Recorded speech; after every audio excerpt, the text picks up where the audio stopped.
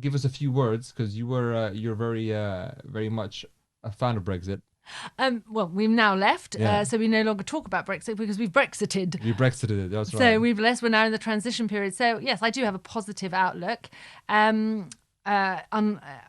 Funny enough, the noise coming out, especially from Monsieur Barnier this week, they are so concerned about the UK being diverging and being deregulated from the EU.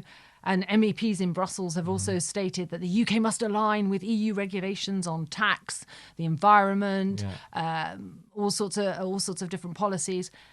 That shows me that they really didn't understand what Brexit was all about in the first place. But that's another matter. And also, of course, the contributions. The UK leaving has left a big hole. Where are the contributions going to fall? Analysis has shown that it's going to fall on 5 countries in particular: Austria, Sweden, the Netherlands, Germany, and Denmark.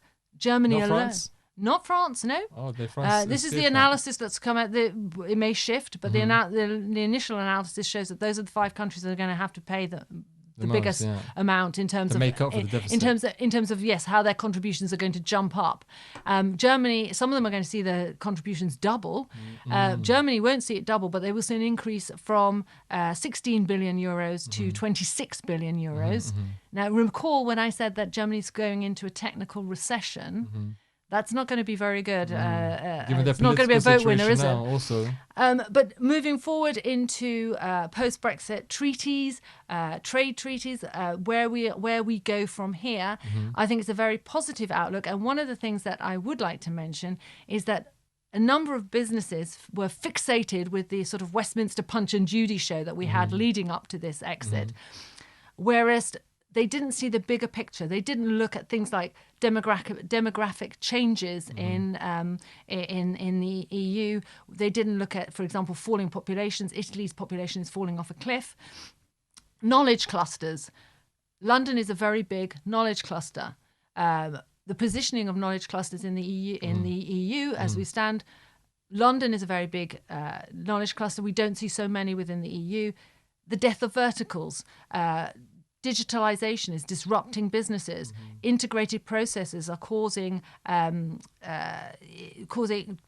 way we do business to change, not only in transport, but life sciences, for example. So, for example, in life sciences, we're moving from concentrating on curing diseases to preventing diseases. So the way we do business is changing. There's disruption. And that was the bigger picture, which many businesses didn't focus on because they focused too much on the Brexit politics. The problem there is, and where this ties in, the EU is very much, in my opinion, an organisation that is from the 1940s that hasn't moved forward and can't move. It's like the huge oil tanker.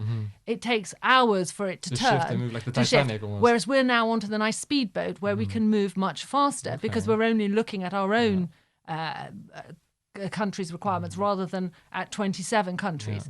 So and also the way we do business, the way we can actually negotiate trade treaties is much more fluid now because there's only us negotiating. We're not having to ask 27 other countries.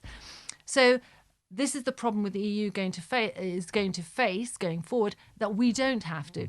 And one of the actual, I know we're running out of time, but one of the things I did want to mention is that when I was discussing with colleagues across the globe, so Canada, US, Japan, for example, Australia, they were saying that when they were with countries negotiating with the EU for trade deals, one of the benefits that they looked at was the fact that the UK was part of the EU, and so therefore they would have access to UK markets. Certainly Canada, the UK is a very big market for Canadian goods.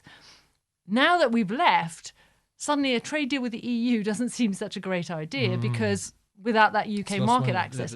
That's a good news for us. So we need to get in there.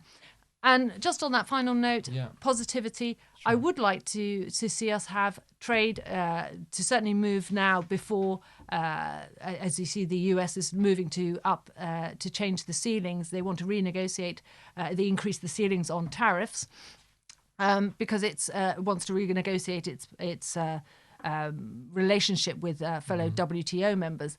We need to be in there now discussing a trade deal with the US, but also with countries such as Australia. Australia is one of our oldest allies. It's a friend of ours. they've had a rough time, not just with the bushfires, but now with coronavirus has really hit their economy. This is a time when we need to step up to the plate. We can get a trade deal done and start trading with countries that probably thought that we'd forgotten them. Certainly through our membership of the European Union, a lot of countries, certainly with for example, the Commonwealth, thought that they had been thrown by the wayside. And we need to step up and say, no, that's not the case. We're out here, we're trading.